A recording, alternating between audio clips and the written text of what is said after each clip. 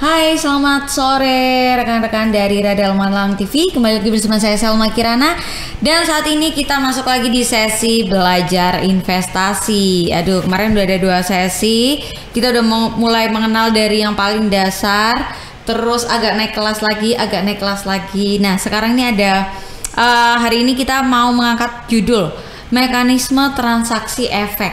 Nah, pusing kan tuh, efek samping, efek apa gitu ya. Tunggu. Kita kenalan dulu sama empunya hari ini, guru kita hari ini. Oke, Bapak selamat datang di Radar Malang TV. Terima kasih Mbak, selamat sore. Iya, selamat sore. Boleh diperkenalkan diri dulu Bapak. Dengan siapa nih guru kita hari ini? Nama saya Agus Sunartono, saya bekerja di PT BRI Darasa Sekuritas. Jadi salah satu perusahaan sekuritas yang ada di Malang. Jadi sebenarnya di Malang ada 12 perusahaan sekuritas seperti saya. Cuman kebetulan hari ini saya berterima kasih karena dapat kesempatan untuk berbicara sama teman-teman di sini. Oke, Bapak Agus. Iya. Nah, kita mau ngomongin tentang transaksi efek. Ini ada transaksi, ada efek. Efek-efek yang sebelum ini saya pernah ketahui, Pak. Itu ada efek samping, domino efek, gitu, Pak. Kalau untuk transaksi efek sendiri nih, saya belum tahu, Pak. Gimana nih? Boleh dijelaskan dulu sebenarnya apa sih transaksi efek gitu? Terakhir yang rame itu dulu. Efeknya vaksin Mbak sebenarnya jadi. Cuman karena jadi kita akan membahas efeknya vaksin ya Pak. Cuman karena ini materi ini hari ini tentang pasar modal, jadi pengertian efek sebenarnya adalah surat berharga. Jadi surat berharga yang diperdagangkan di pasar modal Indonesia. Misalnya teman-teman Radar pernah tahu kata-kata saham, kata-kata reksadana, kata-kata obligasi. Nah, itulah efek yang bisa kita masukkan di sore ini. Oke, jadi efeknya bukan efek samping, apalagi efek samping vaksin, bukan ya Pak ya? Karena kita lagi ngomongin pasar saham nih ya. Efek itu yang dimaksud adalah surat-surat berharga yang bisa kita jual belikan, atau beli jual. Nah, ini menarik nih. Orang-orang kan banyak yang salah tuh Pak. Apa namanya? Kadang ngomong tuh jual beli. Ayo kita jual beli gitu. Yang bener tuh jual beli atau beli jual. Terus kenapa sih Pak harus ada beli jual atau jual beli nih? Nah, kita kembali ke prinsip awal. Kalau kita mau berdagang toh, kita harus punya barang dulu. Misalnya saya jualan laptop, kita harus beli dulu barangnya, kita kulaan, baru kita menjualnya. Tapi kalau misalnya kita menjual dulu, itu di pasar modal kita menyebutnya sebagai short selling dan sudah dilarang sebenarnya. Dulu pernah sebelum tahun 2008 praktik itu bisa dilakukan. Siang kita menjual, sore hari kita harus membeli saham yang kita jual dari siang atau pagi gitu. Tapi sekarang harus beli dulu, harus kulak dulu. Jadi harus punya barang dulu, baru dijual. Harus dijual. Oke, tuh berarti harus beli jual, bukan jual beli lagi ya Pak ya kalau di pasar. Beli jual, ya betul. Beli jual. Oke, siap. Nah, Bapak ngomongin soal tadi kan mekanisme transaksi efek. Apakah sebenarnya transaksi efek ini sendiri beli jualnya surat berharga ini memang ada mekanismenya khusus atau bebas ya kayak di pasar atau kayak kita beli online shop apa gitu Pak? Sama apa ada gimana? Jadi pengertian pasar modal sama dengan pasar yang ada di misalnya di Malang ada pasar besar gitu. Jadi ada pembeli, ada penjual, ada barangnya, ada akad harganya. Jadi misalnya kita ke pasar Blimbing, misalnya kita mau beli lombok, ini berapa 1 kilo? Dia akan buka harga 7.000, oke saya beli. Nah, terjadi transaksi sama di efek saham ini juga begitu. Saham, reksadana atau obligasi. Kita akan memposisikan diri sebagai pembeli atau penjual. Kalau kita punya barang, kita bisa menawarkan di pasar ini. Nah, dengan syarat kalau kita punya duit, kita bisa beli. Cuman masalahnya tidak seperti pasar Blimbing, pasar lainnya yang langsung pakai uang cash gitu. Nah, kita harus punya akun sebenarnya. Seperti kita punya akun di perbankan gitu. Kita mau transfer kan, kita belanja di suatu toko online, Tokopedia misalkan, kita harus masukin kode atau rekening bank itu untuk transfer sama. Jadi kita harus punya rekening efek namanya. Jadi setiap orang bisa. Setiap orang Indonesia yang punya KTP berusia 17 tahun ke atas. Itu yang bisa melakukan transaksi efek. Betul. Ada syarat lain nggak Pak? Misal, apakah hanya cukup punya KTP aja atau gimana? Dia nanti akan membuka rekening di perusahaan sekuritas bebas dimanapun bisa. Ada 12 perusahaan sekuritas di Malang ini. Kita mengisi formulir pembukaan, terus ada KTP yang diperlukan, terus buku tabungan pribadi kita. Karena nanti kalau kita mau jual beli, kita harus ngisi dulu akun kita di perusahaan efek, baru kita belanja. Oh, jadi deposit gitu ya? Deposit dulu. Deposit dulu. Kalau nggak dipakai, kita perlukan, kita harus bisa tarik tuh duit dari akun kita ke bank kita. Makanya diperlukan buku tabungan pribadi. Oh. Tuh. Jadi kalau nggak ada duitnya di akun, ya wes nggak bisa kita transaksikan. Gitu. Nah, untuk transaksinya sendiri, apakah tiba-tiba kita tidur nih ya, pulang kerja capek tidur, terus kebangun jam 12 tahajud, terus tiba-tiba dapat wahyu gitu. Wahyu. Wah, aku mau bisa beli ini gitu. Itu bisa 24 jam gitu atau ada harinya khusus, Pak? 24 jam itu untuk falas. Tapi kalau kita pasar modal asik nih, dia cuma Senin sampai Jumat. Jadi jam kerjanya seperti itu, jam bursanya juga itu. Kemudian bukanya pasar itu dibagi 2 sesi. Yang pertama jam 9.00 pagi sampai 11.30, kita menyebutnya sebagai sesi 1. Kemudian buka lagi setengah 2, 13.30 sampai jam 15.15, jam 3/4 sore lah. Oke. Sehingga Sabtu Minggu kita bisa kulineran gitu. Oh gitu. Jadi ada liburnya ya, ada Pak liburnya, ya? Mbak. Saya kira tuh harus metenteng terus gitu. Metenteng tadi kacamataku tebel gitu, Pak. Iya kan, Pak. Kan nggak ngerti nih, Pak ya. Makanya saya kira wah harus metenteng ngeliatin apa indeks. Nah, Indeks, ya. ini sesuai pertanyaan saya selanjutnya yaitu IHSG. Mungkin orang-orang seperti saya, orang-orang awam tuh cuma tahu kepanjangannya IHSG, indeks harga saham gabungan. Tapi sebenarnya kita nggak ngerti intinya itu seperti apa, terus maksudnya sendiri itu seperti apa cuman yang kayak grafik-grafik gitu, atau yang angka-angka aja itu apa, Pak? Apakah ada artinya nih sebenarnya? Ada artinya, Mbak. Jadi misalnya ada kata-kata IHSG hari ini ditutup menguat 0,6%, berarti dibanding tutupan kemarin sore hari Selasa ya, misalnya. Selasa. Sekarang kan Rebo. Itu berarti indeks kita naik dibanding kemarin, sehingga angkanya di hijau. Sebenarnya IHSG itu perhitungan saham-saham yang ada di bursa ini, ada sekitar 750 saham, baik yang itu bergerak, ditransaksi atau diem aja, atau bahkan disuspend. Suspend itu nggak bisa didagangin. Nah, angka-angka itu yang menjadi patokan kita untuk melihat indeks kita ini kira-kira naik atau turun. Nah, cuman perlu kita ingat tidak semua saham di dalamnya itu kalau indeksnya naik, dia juga naik. Gitu. Jadi nanti kita akan menggolongkan saham-saham yang blue chip, yang kapitalisasinya besar, ada saham lapis 2, ada lapis 3 yang orang menyebut sebagai saham gorengan gitu mungkin. Tuh, nah, jadi pengaruh tuh. Apa tuh, Pak? Saham gorengan, saham blue apa gorengan, tadi? Blue chip. Blue, biru, chip kartu. Chip ya, salah. Keping. Oh, keping. Jadi blue chip adalah keping biru. Keping biru. Apa itu, Pak, keping biru, Pak? Itu kita ambil dari istilah dari luar negeri karena sebenarnya pasar modal ini kan berkembang di Amerika. Jadi kita sebagai follower kita harus ikut-ikutan. Sesungguhnya gitu. Sebagai follower kita harus ikut-ikutan. Iya, benar. Kalau nggak ikut-ikutan harusnya unfollow aja ya, Pak. Ya, betul. Baik, terus gimana tuh, Pak? Pengertian blue chip itu saham-saham utama yang menggerakkan indeks kita. Contohnya teman-teman tahu sahamnya misalnya BRI, sahamnya Telkom, sahamnya BCA. Nah, itu perusahaan-perusahaan yang ternyata memang menggerakkan pergerakan indeks. Kalau beberapa saham, ada 45 saham yang kita tahu sebagai LQ45 atau saham utama, saham yang liquid.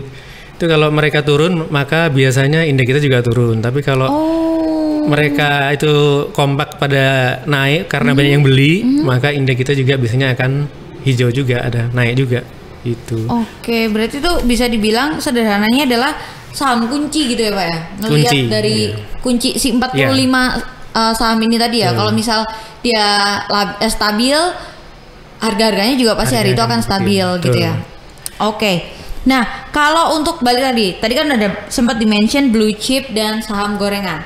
Saham gorengan ini ada apa aja, Pak? Ada weci, terus kalau pisang, kalau ini apa namanya, Lombok naik ikut naik juga nggak kira-kira? Nah, karena gorengan dia bisa terpengaruh sama berita-berita gitu itu.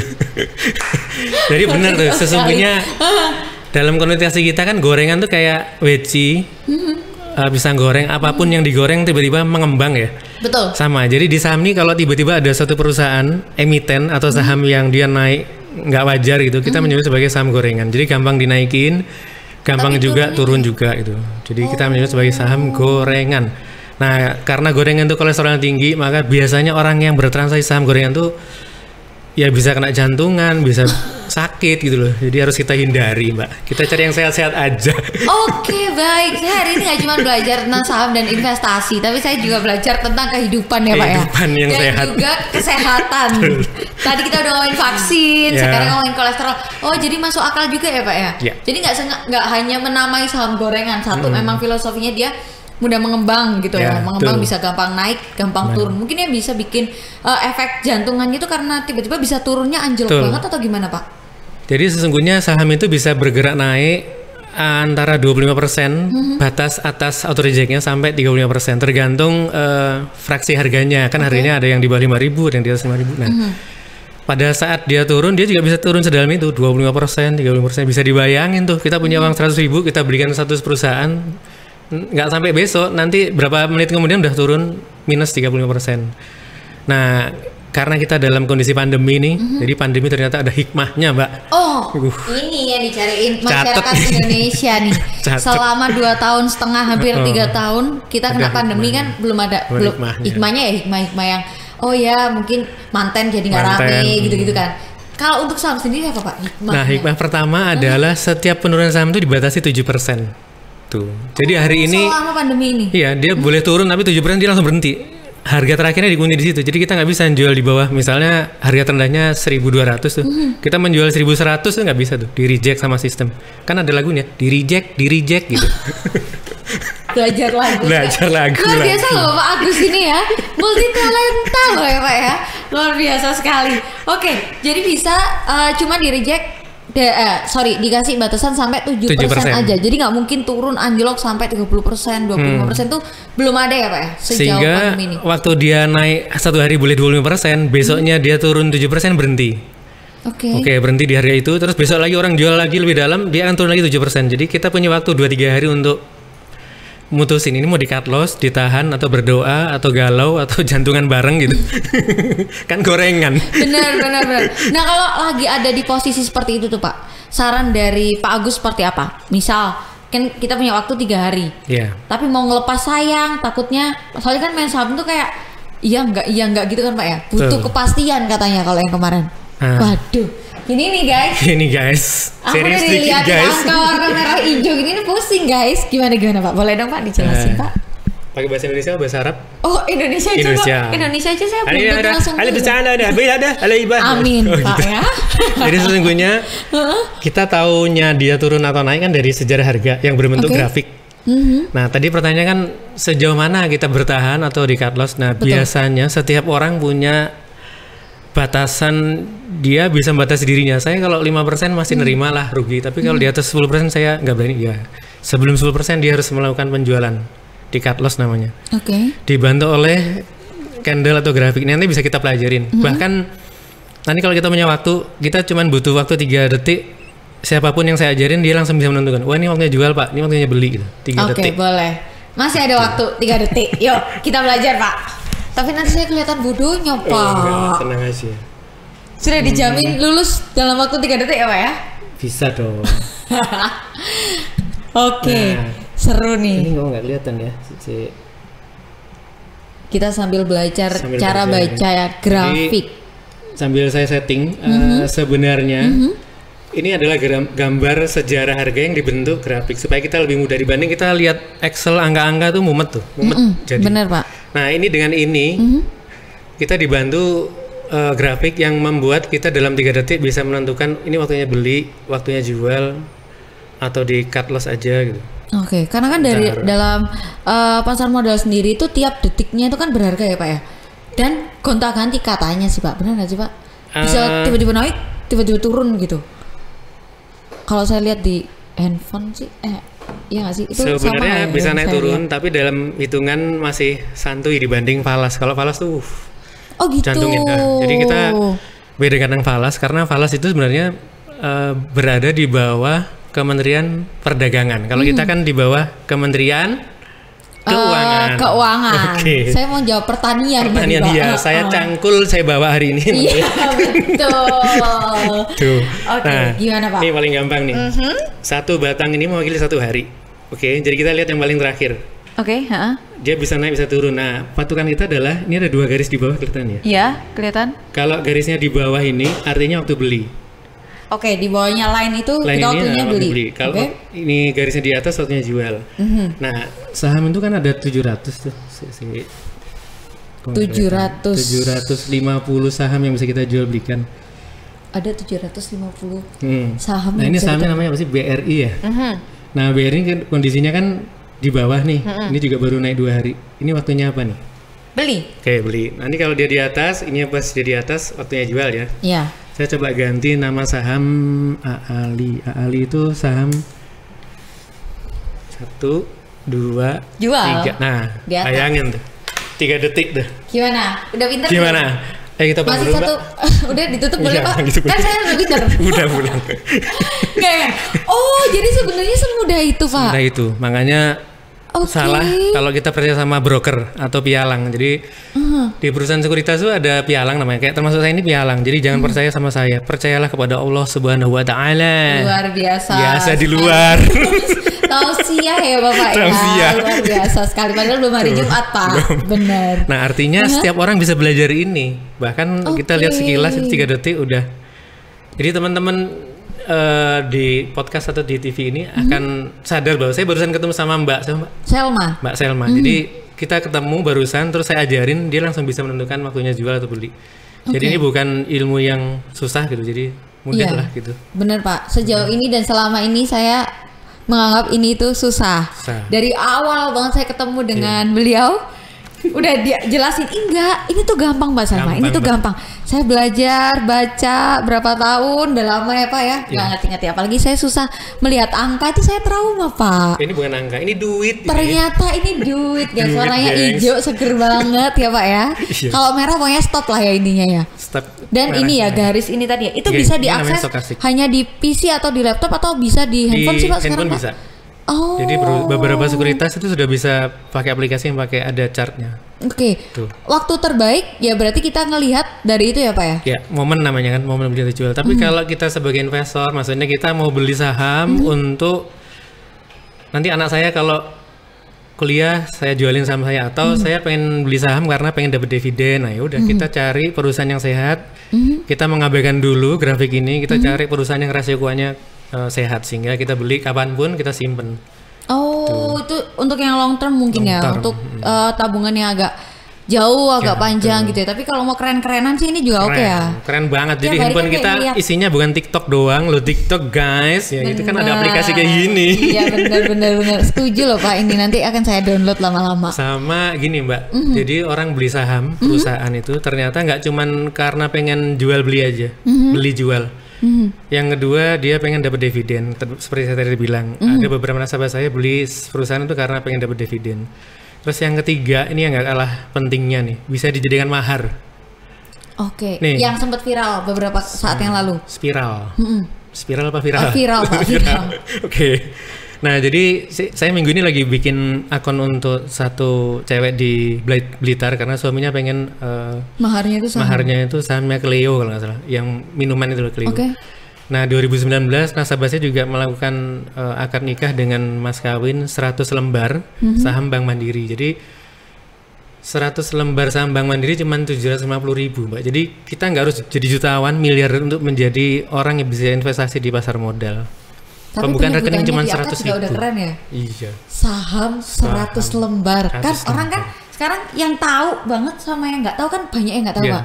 makanya. Lihatnya 100 lembar itu kan wah, Wow. crazy rich nih gitu. Padahal berapa? Stupid rur. Stupid pur. Jadi udah miskin dia. Waliannya itu.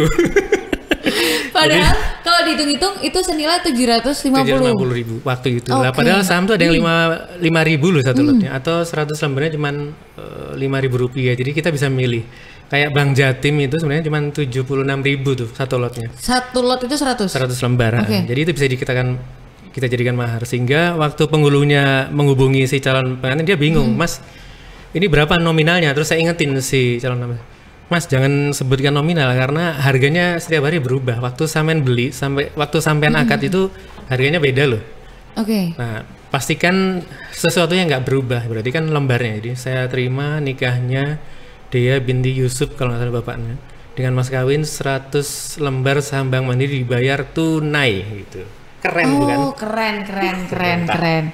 Ini bisa cocok untuk kalian yang mungkin mau menikah dan pingin out of the box ya Pak ya. Betul. Nggak cuman rupiah atau dolar. Dolar kan sekarang ternyata udah biasa ya Pak ya. Biasa. Segini dolar. Saham. Atau seperangkat alat sholat itu udah biasa. Seperangkat alat sulap gitu kayaknya keren kayaknya. Tapi buat apa ya Pak ya? Nah, itu dia. Iya. Nggak. Kalau seperangkat maharnya ini juga lebih keren kayaknya ya Pak ya. Keren. Nah, cuman nanti waktu dia menyerahkan mas kawinnya itu nanti bukan berbentuk benda loh, tapi setiap kita melakukan transaksi nanti ada email konfirmasi nanti malam. Jadi misalnya hari ini saya beli saham BRI misalnya, sudah terjadi transaksi, nanti malam ada email.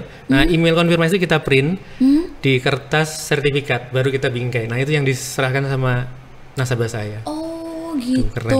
Itu bisa jadi insight dan bisa jadi inspirasi untuk wedding kamu tuh. Wow. Hari ini kita banyak banget loh ya. Wah. Dapatnya luar biasa sekali. Aku Bapak sampai terharu Mbak. sabar Pak. Habis ini buka Pak. Tenang Pak, tenang. Oke, pertanyaan terakhir Pak. Kita sampai nggak kerasa loh Pak. Ternyata udah cukup lama ternyata. Tapi karena seru mungkin ya, jadi nggak kerasa. Oke, Pak. Pertanyaan terakhir. Sebenarnya market makernya itu kalau di pasar modal di saham sendiri itu siapa sih Pak? Market maker itu bisa orang yang punya uang, satu orang yang punya uang besar, atau beberapa dari kita. Misalnya ada beberapa teman di ruangan ini, ada 5 orang, masing-masing kita punya 100 juta aja. Terus ada saham harganya cuma 6.000 satu lot, itu bisa kita kerjain tuh. Kita janjian Mbak, sampai ambilin duit, habisin duit 100 juta, beli harga offernya, harga penjualnya di saham misalnya HKMU ya, terus beli, nanti duitnya habis, saya beli lagi gantian, nanti teman yang lain akan gantian, sampai harganya bergerak naik, bisa kayak gitu. Orang menyebutnya sebagai bandar. Bandar itu bisa orang per orang atau kumpulan atau mungkin manajer investasi yang hari itu memang membeli saham banyak, atau mereka menjual barang karena butuh uang, mungkin karena seperti misalnya ada manajer investasi yang menjual saham segitu banyak karena nasabahnya itu mau kembali ke negaranya, duitnya harus ditarik lagi gitu, sehingga dia jual banyak, sahamnya bisa turun dalam. Kalau sahamnya blue chip bisa mempengaruhi indeks gitu. Nah, makanya sebenarnya indeks kita nih patokannya dolar sih. Kalau dolar rupiah kita melemah, berarti biasanya indeks kita juga melemah.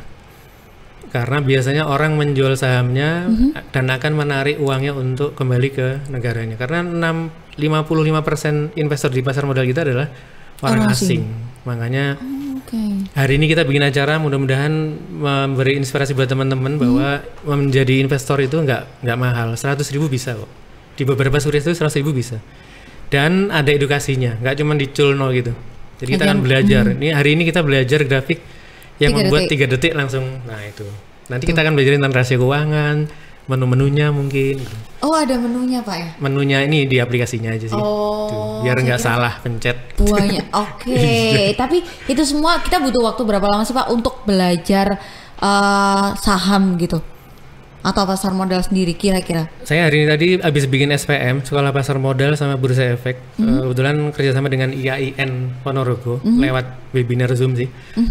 Saya dikasih waktu 30 menit kita belajar dari dasar, terus mereka bertanya, terus setengah jam lagi mereka minta waktu untuk membuka rekening e-form, pakai aplikasi online. Nah, setelah acara saya lihat di sistem saya ada 10 nasabah dari mahasiswa mereka yang barusan buka rekening. Jadi semudah itu sebenarnya. Nah, nanti kalau akunnya sudah jadi, mereka tinggal nyotor uang 100.000 ke akunnya masing-masing. Nah, itu. Kalau uang yang nggak dipakai bisa ditarik lagi ke ATM-nya. Jadi semudah itu. Jadi kita akan belajar pengenalan pasar modal itu 1 jam, 2 jam gitu. Terus pertemuan berikutnya kita belajar tentang menu-menu analisa termasuk dari grafik. Grafik ini sebenarnya menu yang kedua atau ketiga nih. Tapi Mbak tadi udah akselerasi. Saya emang pinter Pak di situ Pak. Senang mencolot. Nggak sabar soalnya kalau belajar satu-satu.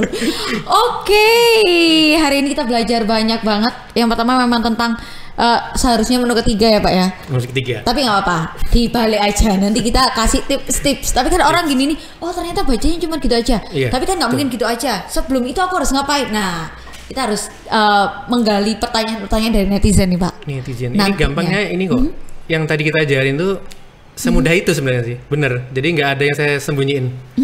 Tidak ada syarat tertentu yang di bawah ini. SNK gitu tuh nggak ada ya Pak. Oke. Cara penukarannya juga nggak ada. Jadi semudah itu. Nah itu kita menyebut sebagai analisa teknikal. Tapi kalau teman-teman pengen belajar perusahaan sehat apa enggak, terus perusahaan ini rasio keuangannya bagus apa enggak, nah itu namanya analisa fundamental. Nanti bisa pelajarin. Oke. Jadi 1 jam itu dibagi 2 itulah analisa fundamental sama teknikal. Udah deh bisa transaksi. Udah deh buka deh rekening. Bener ya Pak? Namanya tetap rekening ya? Rekening efek. Rekening efek. Tuh tidak menyebabkan efek samping. Efek.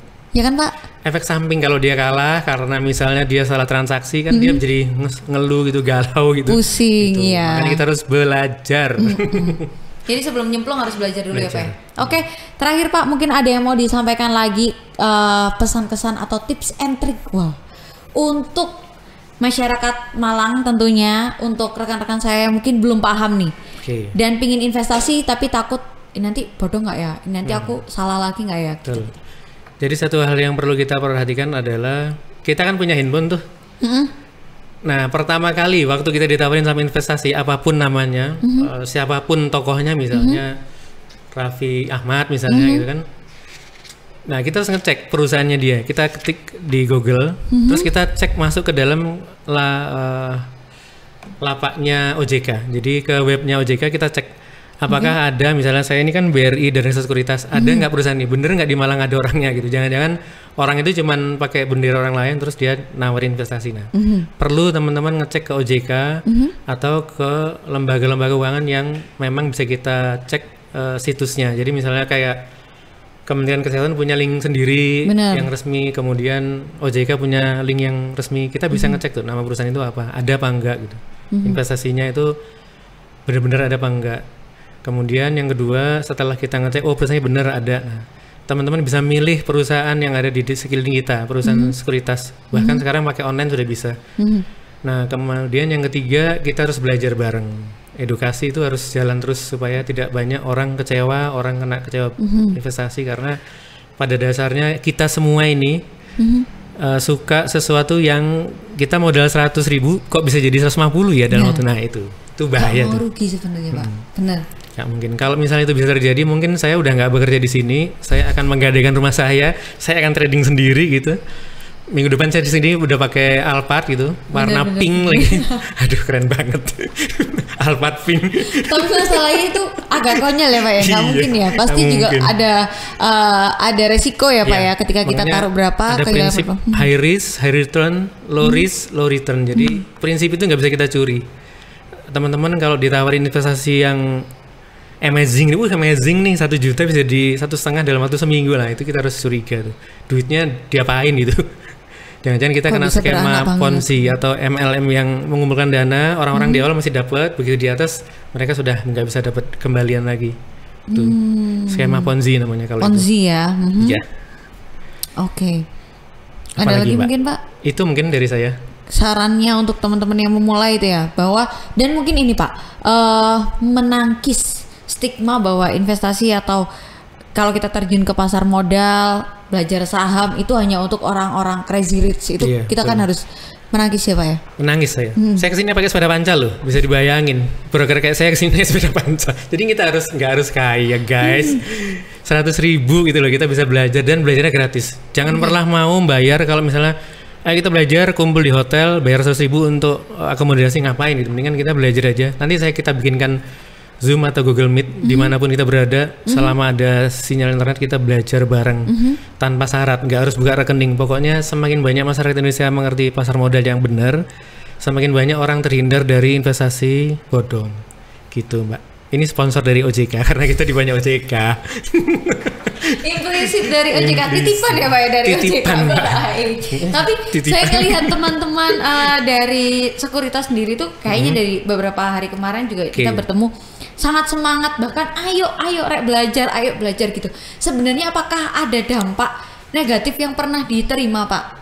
Apalagi dengan maraknya kemarin berita tentang investasi bodong dan lain-lain. Apakah teman-teman sekuritas sendiri tuh terkena dampaknya juga? Kok sampai wes ayo rek belajar, pokoknya kita harus belajar gini. Apa gemes ngelihat negara kita yang seperti ini tuh Pak? Karena eman aja Mbak, maksudnya ini orang punya uang, orang itu punya kemauan, tapi dimanfaatkan oleh orang-orang yang tidak bertanggung jawab. Artinya saya dan teman-teman dari sekuritas ini pengen, memang edukasi itu harus kita gencaran karena sampai tadi pagi itu tingkat literasi atau kemampuan masyarakat untuk menangkap tentang pasar modal baru 4% di Indonesia dibanding perbankan yang sudah 80%. Iya. Makanya di perbankan tuh orang punya bank kan rekeningnya bisa banyak tuh. Dan dia tahu ini buat nabung, ini buat narik, ini buat deposito gitu. Mereka tahu kalau butuh uang ke bank aja. Nah, di pasar modal ada apa? Itu yang harus kita terus ajari. Nah, yang terakhir kemarin ada investasi termasuk ada sekuritas baru lagi rame, dia pakai ikon dari artis Korea sehingga nasabah barunya itu banyak banget mahasiswa-mahasiswa. Nah, mereka lupa bahwa transaksi itu ternyata menggunakan uang sendiri atau uang margin. Uang margin itu uang utangan. Nah, itu yang bahaya. Begitu mereka belanja pakai uang pinjaman, di hari ketiga harus disetor. Tapi kalau enggak disetor kan hari keempat ada for sale namanya, dijual paksa. Sejumlah minusnya aja, sejumlah utangnya dia, enggak semuanya. Jadi kalau misalnya dia punya utang, dia harus dibersihkan. Nah, itu yang tidak dijelaskan oleh perusahaan sekuritas sehingga banyak orang tiba-tiba rame di IG-nya, di Twitter-nya gitu. Dia nyala-nyalain ya oknumnya, sekuritasnya gitu. Tuh. Karena dikira motong terus gitu ya Pak ya. Oke, nah tuh literasi tentang apa namanya pasar modal dan investasi ini sangat penting kalau kita nggak mau rugi banyak ya Pak ya. Apalagi kalau udah punya uang dan punya niat. Siap. Oke, dan Pak Agus mau dan sangat bersedia untuk membantu kan ya Pak ya? Ya, jadi di Malang tuh ada Propami ya. Jadi broker-broker di Malang itu bergabung dalam satu komunitas Propami namanya, dan itu resmi. Mereka teman-temannya juga bikin edukasi yang rutin di setiap perusahaan tuh mesti bikin edukasi rutin. Kita bisa datang ke perusahaan sekuritasnya atau kita bisa chat ke personnya gitu. Nanti kita akan janjian untuk belajar lewat Zoom atau pakai Google Meet karena pandemi lagi-lagi hikmahnya kita bisa belajar dari jauh nih. Iya. Gitu. Dan nggak harus ketemu gitu ya. Iya, dan cost-nya itu kecil banget. Hari ini saya bikin SPM itu pesertanya 110 orang. Dan mereka nggak semuanya di kampus, ada yang di rumah. Terus pembicara pertama dari Bursa Efek dari Surabaya, Mas Fajar, saya dari Malang. Dan ilmu itu tersampaikan dengan cepat. Jadi kita nggak perlu harus naik mobil ke IAIN terus kita bikin kelas kuliah tamu gitu. Jadi mumpung ada aplikasi seperti Zoom terus Google Meet kita pakai lah gitu. Benar. Jadi nggak ada alasan untuk tidak belajar. Bahkan sekarang arisan lu bisa pakai Google. Pakai Zoom. Arisan online. Jeng kocok ya? Dulu jeng gitu. Benar banget. Pengocokannya aja sekarang udah bisa Pak. Ya, pakai apa namanya aplikasi di handphone betul. Juga ya. Oke, Pak Agus Sunartono terima kasih banyak untuk waktunya. Mbak. Semoga nggak apa untuk mampir ke sini jadi guru kita di lain waktu di belajar investasi bersama Radar Malang tentunya. Terima kasih Bapak. Terima kasih Mbak. Rekan-rekan Radar Malang TV juga terima kasih sudah standby dan sudah nonton kita sampai akhir.